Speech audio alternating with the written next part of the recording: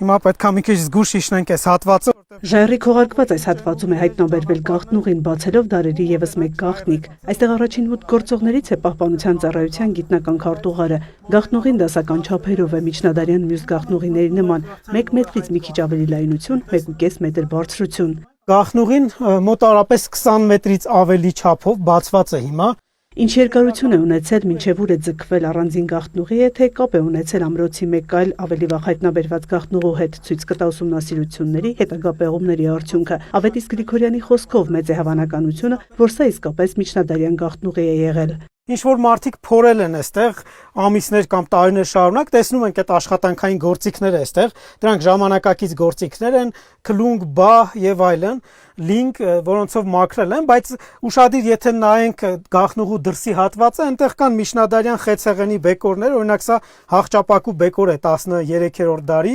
սա ցույց է տալիս, որ իսկապես այստեղից հանված հողը մշակութային շերտեր է պարունակում։ Դժվար է ասել նաև, թե ինչ նշանակություն է ունեցել։ Միջնադարում գաղտնուղիները կամ տանում էին դեպի մոտակա ձորակ կամ որևէ աղբյուրի գետի մոտ։ Սա արդեն 2000-ականներին գտնված գաղտնուղին է։ Գաղտնուղիները քողարկելու համար միջնադարյան շինարարները կիրառում էին երկու լուծում, նախ ելքը պաշտպանում էին հզոր աշտարակով։ Աշտարակի մի հատվածն է բացված, այստեղ գաղտնուղու ելքի այս հատվածը աշտարակով փակված է եղել։ Մյուս դեպքում, որ էլի միջնադարում շատ է հանդիպում, գաղտնուղիների ելքը սովորաբար քողարկում էին բնական ժայռերով կամ ինչ-որ կառույցներ էլի դիմացը փակելով ու բջնի այս նորահայտ գաղտնուղու դեպքում տեսնում ենք, որ իսկապես այդպես է։ Ավետիս Գրիգորյանն արձանագրում է Հայաստանի միջնադարյան գրեթե բոլոր բերդերը, միջնաբերդերն ու բերդաքաղաքները ունեցել են գաղտնուղիներ, գետնուղիներ։ Հայտնի են Անիի,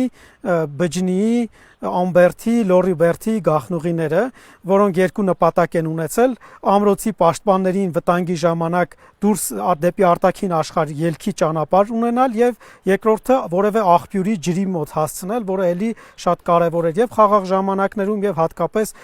պաշարումների ժամանակ։ Բջնի ամրոցի բոլոր հայտնի շինությունները կամ թվագրվում են 10-ից 11-րդ դարերին կամ 13-րդ դարին։ Հավանաբար նորահայտ գետնուղին եւս այդ ժամանակաշրջանի է։ Նոր կառույցանման ինչ-որ մի բան հայտնաբերվեց նաև Ստորինբերդի հատվածում, հենց այս գաղտնուղու վերևի հատվածում գարնանային անձրևների հետևանքով փլուզում է տեղի ունեցել։ Այդ փլուզված հատվածում էլի ինչ-որ դատարկություն է բացվել, այնտեղ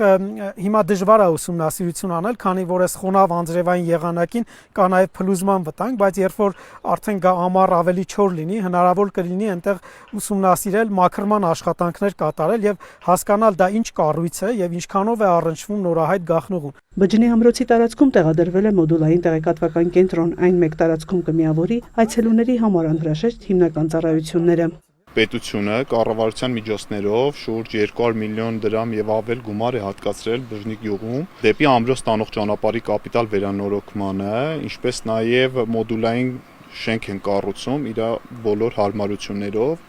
ինչպես նաև եկեղեցու հենապատի կառուցման համար։ Մեկ տարվա կտրվածքով հիմնականում ամրոց